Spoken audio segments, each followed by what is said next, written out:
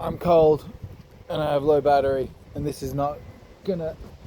This is gonna take hopefully less time, but I'll link Luke's live stream to the description of this video, specifically around the minute 40 mark, where Luke starts talking about the spirit of discerning and judgment, and Dali points out like there's a third somewhere in there, and there's a deep intuition.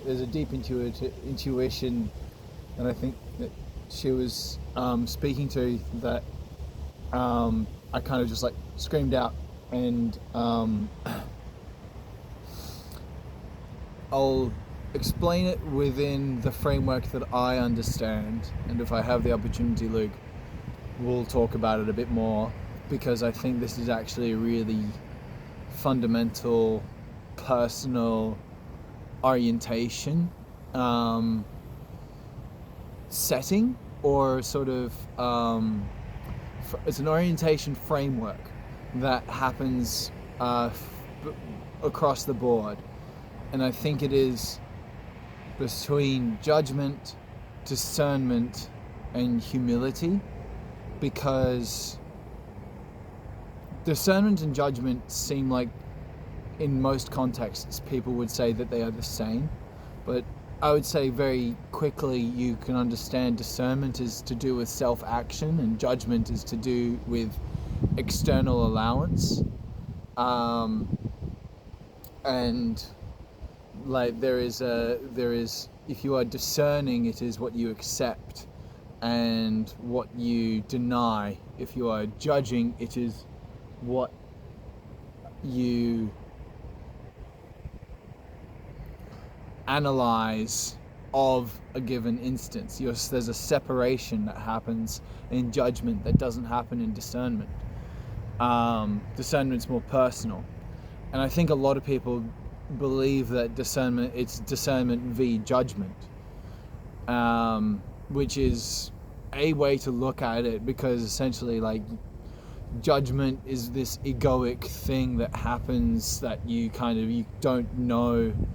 Like the term I've always remembered is like the Eye of Sauron. Like, you're so able to see the world so correctly that you don't look into yourself.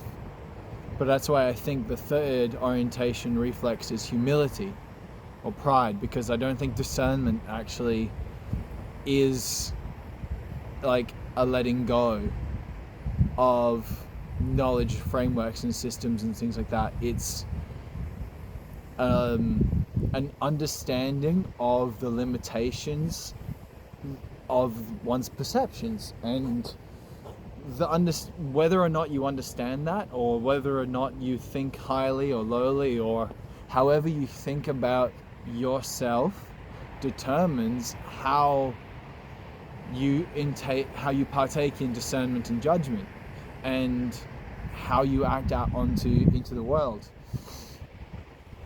And I think that this is like this is inseparable, because of the same way that I think there is a Trinity. This will be very interesting. But the way that I think of a Trinity is the way that I think one thing can be three things at the same time. And also how everything can be related into this, because that's what God is. In Him we move, live, and have our being, and He fills all things. So the Trinity, Father, Son, Holy Spirit. The Son is the instantiation.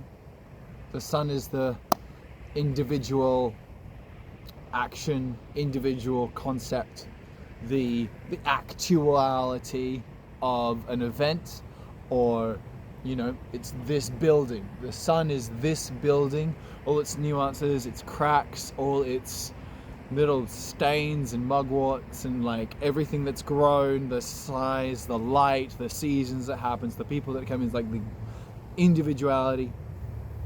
And then there's the Father, which is the concept, the highest conceptual reality. Like, everything perfect, forever, unchanging, no death. It's mathematical, it's highly conceptual, but it is also what you can see in everything. Like, there is a perfect tree, there is a perfect lamp, and you can see the differentiation, and that's sort of like the logos and the symbolic nature that Jonathan Peugeot talks about. And lastly is the Holy Spirit, and the Holy Spirit is that mystery that I've not really been able to nail down. Big shock. But I would call it the thing that calls out towards the instantiation or towards the conceptualization. I liken it to when you see the poetry in everyday things, or when you see the art in everyday things. That's like the whole spirit of Kung Fu, when everyone says when someone practices discipline truly and deeply, that is Kung Fu. And you can see these moments where all of a sudden it's calling out. Any day action is calling into that concept. And in the same way that anything that isn't necessarily the instantiation or the conceptualization or even related, but it's still there in a little bit, which is why, like, you know, we say, like, someone says my bowling club is like my church, my gymnasium is like my church, this is like my church, blah blah blah. It's the thing that calls out. Like, I see it most with martial arts, because it's what I notice first. It's the simple movements in somebody that I can just immediately see how they can connect themselves to an art form, how they can connect themselves to an instantiation and a conceptualization. Now, jumping back, now that we have that framework, a totalizing Trinitarian framework, I want to look at judgment, discernment, and humility.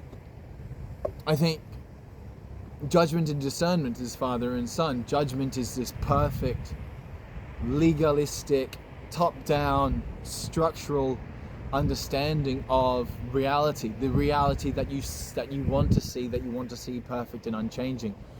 And then there's the reality that is the discernment, the reality of, like, well, you know, you should be getting up and going to the gym at 5:30 in the morning, but you had a bit too many last night, and all of a sudden you realize you missed your alarm. It's 6 a.m. You got to keep going on. You have to, like, the law has to change. It has to have a different individuality in everyday action. Even if you're incredibly zealous to a law, you have to negotiate it. There's a personal instantiation of that law. And then lastly is humility.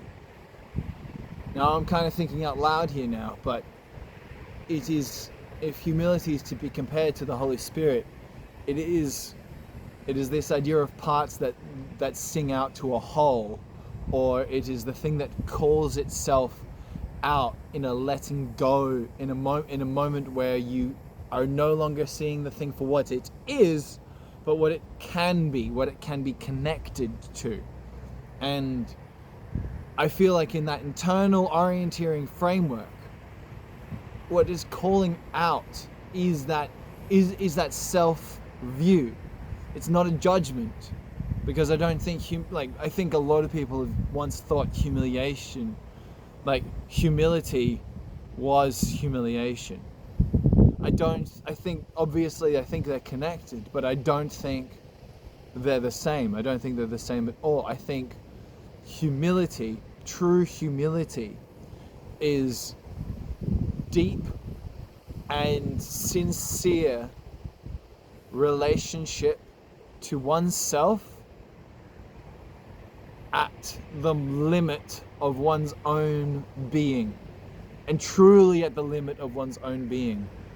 I have only been in the Orthodox Church for a month, and one of the things that I love, and I don't know if this is everybody's priest, but the way that my priest delivers his sermon is as if they would be his last words, and he would be proud of them.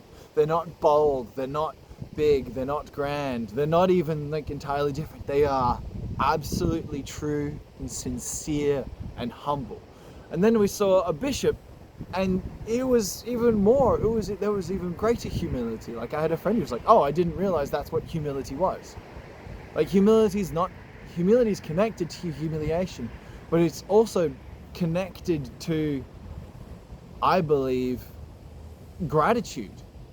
And I think it is true. It is like, it's connected to gratitude and anger and mourning and sadness and everything that we have, that we feel. Humility is acknowledging a trueness of our spirit. And it is, I believe, when you actually see it as that orienteering reflex, or that orienteering trinity, there is a value in there that after which you can start to scale that concept into different instantiations and concepts. I think that's all I got for now. Great work, everybody. Thank you very much. Ashe.